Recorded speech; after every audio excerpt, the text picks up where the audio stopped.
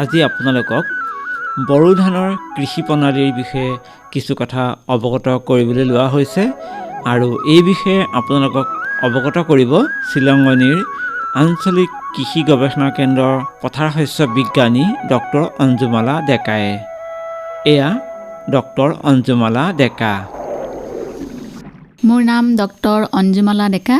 মই শ্বিলঙনীৰ আঞ্চলিক কৃষি গৱেষণা কেন্দ্ৰত পথাৰ শস্য বিজ্ঞানী হিচাপে বৰ্তমান কৰ্মৰত হৈ আছোঁ। এতিয়াতো বড়ো ধানৰ খেতিৰ সময়, নৱেম্বৰ পৰাই কৰে, নৱেম্বৰ ডিচেম্বৰ মাহত বড়ো ধানৰ কঠীয়াটো পাৰে। উন্নত বড়ো ধানৰ জাতসমূহ নিৰ্বাচন কৰিব লাগিব। আমাৰ অসম কৃষি বিশ্ববিদ্যালয়ে বড়ো ধানৰ উন্নত জাতসমূহ উদ্ভাৱন কৰি উলিয়াইছে। সেইবোৰ হৈছে জয়মতী, কনকলতা, জ্যোতিপ্ৰসাদ, বিষ্ণুপ্ৰসাদ, IR50, স্বৰ্ণভ, দীননাথ, বড়ো 1, বড়ো 2 আৰু শেহতীয়াভাৱে ৰঞ্জিত চাবুৱান, বাহাদুৰ চাবুৱান, স্বৰ্ণ চাবুৱান, বীণা 11। এইটো জাতসমূহ উদ্ভাৱন কৰিছে অসম কৃষি বিশ্ববিদ্যালয়ৰ অধীনস্থ তিতাবৰ আৰু শ্বিলঙনী আঞ্চলিক কৃষি গৱেষণা কৰি এই জাতসমূহ উদ্ভাৱন কৰি উলিয়াইছে। প্ৰথমতে মই কঠীয়াতলিখনৰ বিষয়ে ক'লে বেছি ভাল হ'ব নেকি? কঠীয়াতলিখন ভালদৰে বোকা কৰি লোৱাৰ পিছত 10 মিটাৰ দীঘল আৰু 1.25 মিটাৰ বহল জোখৰ একোখন চিতা প্ৰস্তুত কৰি ল'ব লাগে। আৰু এবিঘা মাটিত এনেধৰণৰ 6 পৰা 7খন চিতাৰ প্ৰয়োজন হয়। আৰু 2খন চিতাৰ মাজত 30 চেণ্টিমিটাৰ এটা দূৰত্ব বা ব্যৱধান এটা দিব লাগে। আৰু এই 2 চেণ্টিমিটাৰ দূৰত্বটো আমি লুৰ নিচিনা কৰি ল'লে বেছি ভাল হয়। তেতিয়া যদি আমাৰ কঠীয়াতলিত পানী বেছি হয়, অতিৰিক্ত পানীখিনি তাত জমা হ'ব। কেতিয়াবা বৰষুণ পৰিলে বা পানী দিলেও লুৰটোত জমা হ'ল। আৰু কেতিয়াবা কঠীয়াতলিত যদি আমাৰ পানী দিবলগীয়াও হয়, তেতিয়া সেই তাৰ পৰা আমি পানী দিব পৰা যায়। এতিয়া আমি কঠীয়াতলিত আমি পচন সাৰ বা ৰাসায়নিক সাৰ প্ৰয়োগ কৰিব লাগিব। কাৰণ কঠীয়াখিনি সুস্থ সবল নিৰোগী হ'ব লাগিব। তেতিয়াহে আমি ভাল শস্যৰ দৰে আশা কৰিব পৰা যাব। এতিয়া এই ক্ষেত্ৰত আমি এখন চিতাত 20 পৰা 30 কিলোগ্ৰাম আমি পচন সাৰ বা গোবৰ আমি দিব লাগে। আৰু 80 কিলোগ্ৰাম ইউৰিয়া, 80 কিলোগ্ৰাম একক ছুপাৰ ফছফেট আৰু 40 কিলোগ্ৰাম মিউৰেট অফ পটাছ সাৰ এখন চিতাত আমি দিব লাগে। আৰু প্ৰতিখন চিতাত 650 গ্ৰামৰ পৰা 1 কেজি ভালদৰে গজালি ওলোৱা বীজ আমি সিঁচি দিব লাগে। এতিয়া সিঁচাৰ আগতে কিন্তু আমি বীজখিনি শোধন কৰি ল'ব লাগে। কাৰণ বহুতো বেমাৰৰ বীজাণু বীজত আহি যাব পাৰে। যদি আমি শোধন কৰি লওঁ, আমি তাৰ পৰা হাত সাৰিব পাৰোঁ।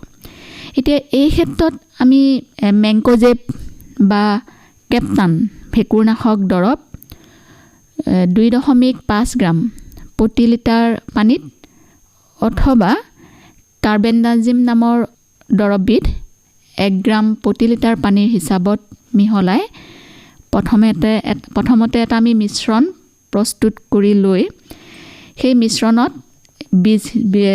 ঔষধৰ মিশ্ৰণটোত আমি বীজখিনি 24 ঘণ্টাৰ বাবে তিয়াই ৰাখিব লাগে। 24 ঘণ্টাৰ পিছত আমি বীজখিনি উঠাই আৰু গজালি ওলাবৰ বাবে 48 ঘণ্টাৰ সময় আমি গাপ দিব লাগে। এনেদৰে আমি বড়ো ধানৰ বীজতলিখন আমি প্ৰস্তুত কৰি ল'ব লাগে। এতিয়া আমি মূল পথাৰখন আমি প্ৰস্তুত কৰি থাকিব লাগে। কঠীয়াতলিত কঠীয়াত পৰাৰ পিছৰ পৰাই আমি মূল পথাৰৰ প্ৰস্তুতি কাম আৰম্ভ কৰি দিব লাগে। আমি মূল পথাৰখন 3-4 বাৰ ভালদৰে হাল বাই বোকা কৰি ভালদৰে প্ৰস্তুত কৰি ল'ব লাগে। মূল পথাৰতো আমি সাৰ প্ৰয়োগ কৰিব লাগিব। আৰু এই ক্ষেত্ৰত যিহেতু আমাৰ ৰাসায়নিক সাৰ আৰু জৈৱিক সাৰ দুইবিধ সাৰেই আমি দিব লাগে। আমি আচলতে বড়ো ধান খেতিটো দ মাটি, পিটনি বা জলাশয় এনেকুৱা ধৰণৰ মাটিটো আমি বড়ো ধানৰ খেতি সাধাৰণতে কৰোঁ। আৰু কেতিয়াবা আমি জলসিঞ্চনৰ জৰিয়তেও বড়ো ধানৰ খেতিটো কৰোঁ। এতিয়া আমি যদি অসমৰ দ অঞ্চলৰ মাটিত বড়ো ধানৰ খেতিটো যদি কৰোঁ, তেনেহ'লে বিঘাই প্ৰতি আমি দিবলগীয়া সাৰৰ পৰিমাণবোৰ হ'ব এনেধৰণৰ: 12 কিলোগ্ৰাম ইউৰিয়া, 18 কিলোগ্ৰাম একক ছুপাৰ ফছফেট আৰু 4 কিলোগ্ৰাম মিউৰেট অফ পটাছ সাৰ। এই সাৰখিনি আমি এতিয়া কেনেদৰে প্ৰয়োগ কৰিব লাগিব। এই প্ৰথমতে আমি আটাইখিনি ছিংগুল ছুপাৰ ফছফেট আৰু পটাছ সাৰ আৰু ইউৰিয়াখিনি কঠীয়া ৰোৱাৰ 20-25 দিনৰ পিছত আমি টপ ড্ৰেছিং কৰি দিব লাগে। এইটো ক্ষেত্ৰত যদি আমি জলসিঞ্চনৰ জৰিয়তে খেতিটো কৰোঁ তেতিয়াহ'লে বিঘাই প্ৰতি দিবলগীয়া সাৰৰ পৰিমাণসমূহ এনেধৰণৰ: 18 কিলোগ্ৰাম ইউৰিয়া, 27 কিলোগ্ৰাম একক ছুপাৰ ফছফেট আৰু 6 কিলোগ্ৰাম মিউৰেট অফ পটাছ সাৰ।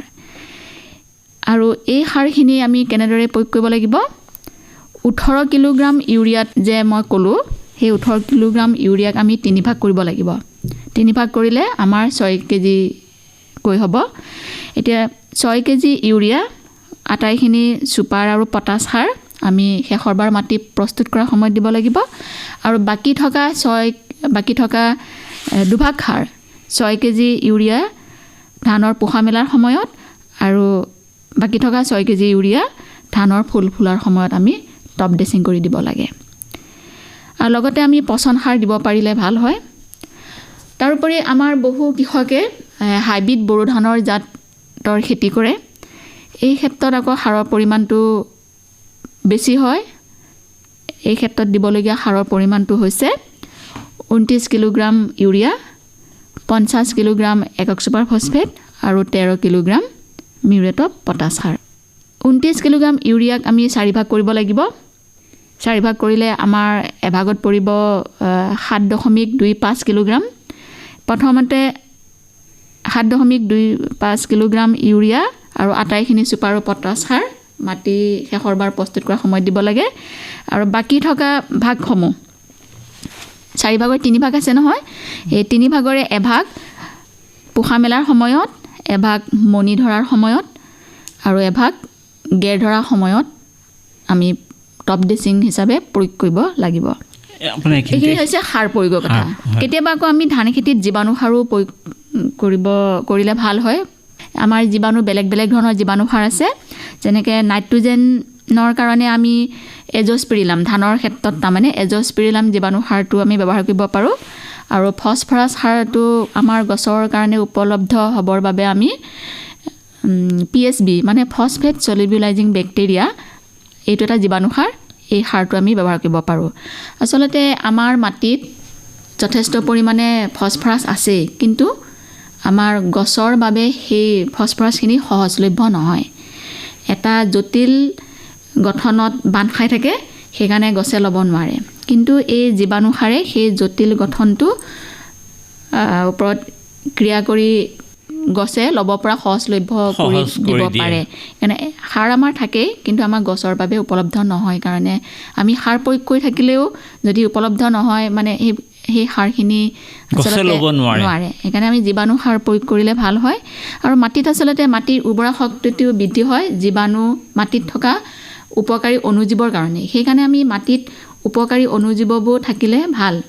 আমি কিন্তু ৰাসায়নিক সাৰ যদি ব্যৱহাৰ কৰি থাকোঁ, তেতিয়াহ'লে সেই ৰাসায়নিক সাৰৰ কাৰণে উপকাৰী অণুজীৱবোৰ বা মাটিত থকা অণুজীৱবোৰ কিন্তু নাইকিয়া হৈ যাব। গতিকে সেইকাৰণে আমি পচন সাৰ বা কেঁচু সাৰ বা জৈৱিক সাৰ ব্যৱহাৰৰ ওপৰত গুৰুত্ব দিব লাগে। এতিয়া জীৱাণু সাৰ যদি আমি ধানত জীৱাণু সাৰ ব্যৱহাৰ কৰোঁ, এই ক্ষেত্ৰত আমি ধানৰ যিডৰা মাটিত আমি ৰুম, কঠীয়াটো যিডৰা মাটিত ৰুম, তাতেতো 2টা আলি থাকিবই। আমি মাজতে 2টা আলি যোগ কৰি পেলাই এটা আলি দি ল'ম। আৰু এবিঘা মাটিৰ কাৰণে আমাক যিমানখিনি কঠীয়া লাগিব, সিমানখিনি কঠীয়া ধৰাকৈ আমি সেই ঠাইখিনি আমি আলিটো দি ল'ম। তেতিয়া সেই যিটো আমি এটা ত্ৰিভুজৰ নিচিনা এটা এৰিয়া হৈ যাব, সেই এৰিয়াটোত যদি আমাৰ বেছি পানীখিনি আমি বাঢ়ি কৰি দিম, তাৰপিছতে তাতে অলপ বোকা কৰি ল'ম। আৰু জীৱাণু সাৰ যে মই ক'লোঁ এজ'স্পিৰিলাম জীৱাণু সাৰ, সেই জীৱাণু সাৰ 0.5 কেজি আৰু PSB জীৱাণু সাৰ যিটো মানে ফছফৰাছৰ কাৰণে লাগতিয়াল, সেই জীৱাণু সাৰটো 0.5 কেজি আৰু লগতে 10 কেজি শুকান গোবৰ বা পচন সাৰ আমি একেলগে মিক্স কৰি ল'ম সেই ঠাইখিনিত। তাৰপিছতে যিখিনি কঠীয়া আমি ৰুম সেই কঠীয়া শিপাখিনি ভালদৰে ধুই তাতে আমি ৩-৪ ঘণ্টাৰ কাৰণে শিপাখিনি ডুব যোৱাকৈ থ'ব লাগিব। তাৰপিছত আমি এই মাটিডৰাত কঠীয়াখিনি ৰুই দিব লাগিব। আলিটো তেতিয়া আমি ভাঙি দিব লাগিব। আৰু তেতিয়া মানে কি হয়, এই জীৱাণুবোৰে ধানত নাইট্ৰজেন আৰু ফছফৰাছটো উপলব্ধ হোৱাত সহায় কৰিব। হয়, আপোনাৰ কথাৰ পৰা এটা কথা গম পাইছোঁ যে আমি খেতিডৰা কৰিলে খেতিডৰাৰ যতন লোৱাটো আমাৰ খুবেই দৰকাৰী। পৰিপুষ্টি ঠিকেই পাইছে নাই, পানী ঠিকেই আছে নাই, সাৰ ঔষধ পোক লাগিছে নেকি, যিটো মনিটৰিংটো বৰ দৰকাৰ। আৰু যদিহে আমাৰ কৃষকসকলে খেতি কৰিবলৈ লয় তেতিয়াহ'লে আপোনালোকৰ দৰে বিজ্ঞানী কাষ চপাটো খুবেই দৰকাৰ, য'ত বীজৰ কথা গম পাব, সাৰ ঔষধৰ কথা গম পাব, মাটিডৰা প্ৰস্তুতিৰ কথা গম পাব।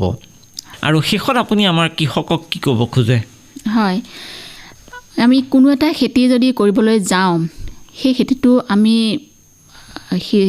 প্ৰথমৰ পৰাই প্ৰথমতে আমি চিন্তা কৰিব লাগিব কেনেকুৱা ধৰণৰ জাত ব্যৱহাৰ কৰিম।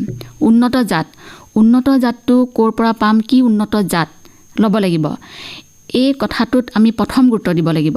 কাৰণ আমি যদি ভাল জাত এটা লওঁ, উচ্চ উৎপাদনক্ষম লওঁ, উৎপাদনটো যথেষ্ট বাঢ়িব। তাৰপিছতে আমি কেনেকুৱা ধৰণৰ মাটিত খেতিটো কৰিম, মানে শস্য অনুসৰি মাটিৰ বেলেগ বেলেগ ধৰণৰ মাটি ল'ব লাগিব। আমি তেনেদৰে মাটিটো নিৰ্বাচন কৰি ল'ব লাগিব। তাৰপিছত আমি মাটিডৰা ভালদৰে প্ৰস্তুত কৰি ল'ব লাগিব। আৰু সময়মতে আমি বনবাদ নিয়ন্ত্ৰণ, পানী যোগান, পোক পৰুৱা নিয়ন্ত্ৰণ, বেমাৰ আজাৰ নিয়ন্ত্ৰণত গুৰুত্ব দিব লাগিব। আমি খেতিটো কৰি আহিলেই নহ'ব, আমি খেতিটো আৰম্ভ কৰাৰ পৰাই খেতিটো শেষ হোৱালৈ আমি প্ৰায় খেতিডৰাৰ লগত আমি যোগাযোগটো ৰাখিব লাগিব। আমি গৈ পৰিদৰ্শন কৰিব লাগিব পথাৰ, আমি চাব লাগিব কি হৈছে। আৰু যদি কিবা হৈছে, আমাৰ বিজ্ঞানীৰ লগত প্ৰতিখন জিলাতেই কৃষি বিজ্ঞান কেন্দ্ৰ আছে আৰু কোনো জিলাতো আঞ্চলিক গৱেষণা কেন্দ্ৰ আছে। এই বিজ্ঞানীসকলৰ লগত যোগাযোগ কৰিব লাগে আৰু সমস্যাখিনি অৱগত কৰিব লাগে আৰু সময়মতে নিৰন্তনৰ ব্যৱস্থা কৰিব লাগে। আজিকালি আমাৰ কৃষকৰ বহুত সুবিধা হ'ল, এণ্ড্ৰইড মোবাইল হ'ল, তাতো যদি ফটো এখন উঠাই যদি আপলোড কৰে হোৱাটছআপত যে মোৰ খেতিডৰা এইটো হৈছে, আপুনি মোক চাই পেলাই কওক। একদম আজিকালি আমাৰ কৃষকে কোনো চিন্তা কৰিব নালাগে খেতি কৰিবলৈ। মাটি কেতিয়াবা এনেকুৱাও হৈছে, হয়তো যদি ভালকৈ মাটিডৰাও দেখুৱাই দিয়ে, এজন বিজ্ঞানীয়ে দূৰৰ পৰাই কৈ দিব এই মাটিডৰা খেতিৰ কাৰণে উপযুক্ত কিমান হয় নে নহয়। মাটিডৰা দেখিলেও বহুতখিনি ক্ষেত্ৰত জ্ঞান হয়। কিন্তু এইটো বেছি ভাল। মানে এইটো কি হৈছে, এনে নেদেখাকৈ দেখিবলৈ কোৱাটোৰ মাজত বহুত পাৰ্থক্য আছে। দেখিলে কথাটো কি হৈছে মানে বস্তুটো ধৰিব পাৰি। কাৰণ এটা শস্য বেয়া হৈছে, সেই বেয়া হোৱাটো বেমাৰৰ কাৰণেই হ'ব পাৰে, পোকৰ কাৰণেই হ'ব পাৰে, মাটিৰ কাৰণেই হ'ব পাৰে, বা আমাৰ পৰিৱেশৰ কাৰণেই হ'ব পাৰে। যদি আমি গছজোপা বা তাৰ চিমটমটো দেখা যায়, তেতিয়াহ'লে তেতিয়া কি কাৰণত হৈছে সেই বস্তুটো ক'ব পৰা যায়। যদি ফটোগ্ৰাফ কৰি পঠাই দিয়ে, আৰু আজিকালিতো সুবিধা হৈছে বা গ্ৰুপত পঠাব পাৰে, বা আমাৰ শ্বিলঙীয়া আঞ্চলিক কৃষি গৱেষণা কেন্দ্ৰটো তেনেকুৱা খেতিয়কৰ লগতো গ্ৰুপ আছে। তেনেকুৱা ধৰণৰ যদি সোমাই লয়, তেতিয়া আমাৰ তেনেকুৱা ধৰণৰ হৈ থাকে, খেতিয়কসকলে পঠাই থাকে, আৰু তেনেকৈ ধৰণৰ আমি চলিউশ্যনবোৰ আমাৰ দি থকা হয়। তেনেদৰে যদি খেতিটো কৰে বা খেতিটোৰ লগত আমাৰ খেতিয়কসকলে ওতঃপ্ৰোতভাৱে জড়িত হৈ পৰিব লাগিব, তেতিয়াহে খেতিডৰাৰ পৰা ভাল আৰু তেনেদৰে ভালদৰে কৰিব লাগিব। ভালদৰে যত্ন সহকাৰে খেতিটো কৰিলে, আৰু যদি কিবা তেওঁলোকে নাজানে খেতিটোৰ ওপৰত, জানিবৰ কাৰণে তেওঁলোকে আগতীয়াকৈ জানি ল'লে ভাল। খেতিটো কৰাৰ আগতেই আচলতে খেতিটোৰ বিষয়ে ভালদৰে আমাৰ খেতিয়কসকলে জানি ল'লে খুব ভাল হয়। তেতিয়া ব্যৱস্থাবোৰ তেওঁলোকে ভালদৰে ল'ব পাৰে। আৰু যিমান টকা খৰচ কৰিছে, আমিতো খেতি এডৰা কৰিলে তাতকৈ অকণমান লাভ পাবই লাগিব। আমি বজাৰ এখন পাবলৈ সক্ষম হ'ব লাগিব, নহয় জানো? বাৰু বাইদেউ, খুব ভাল লাগিলে আজি আপুনি আমাৰ কৃষকসকলক বড়ো ধানৰ খেতিৰ প্ৰসংগত ভালেমান তথ্য আগবঢ়ালে। আমি আশা ৰাখিছোঁ এনেধৰণৰ কথা আগত ৰাখি যদি খেতি এডৰা কৰে, নিশ্চয় সুফল পাব। আৰু যদি কৃষকসকলে আপোনালোকৰ লগত যোগাযোগ কৰে, তেতিয়াহ'লে আপোনালোকেও সুপৰামৰ্শ দি তেখেতসকলক সহায় কৰিব। নিশ্চয় কৰিম আমিও। হয়, তেতিয়াহ'লে আজি কথা বতৰা ইমানতে সামৰিছোঁ। আপোনালৈ নমস্কাৰ।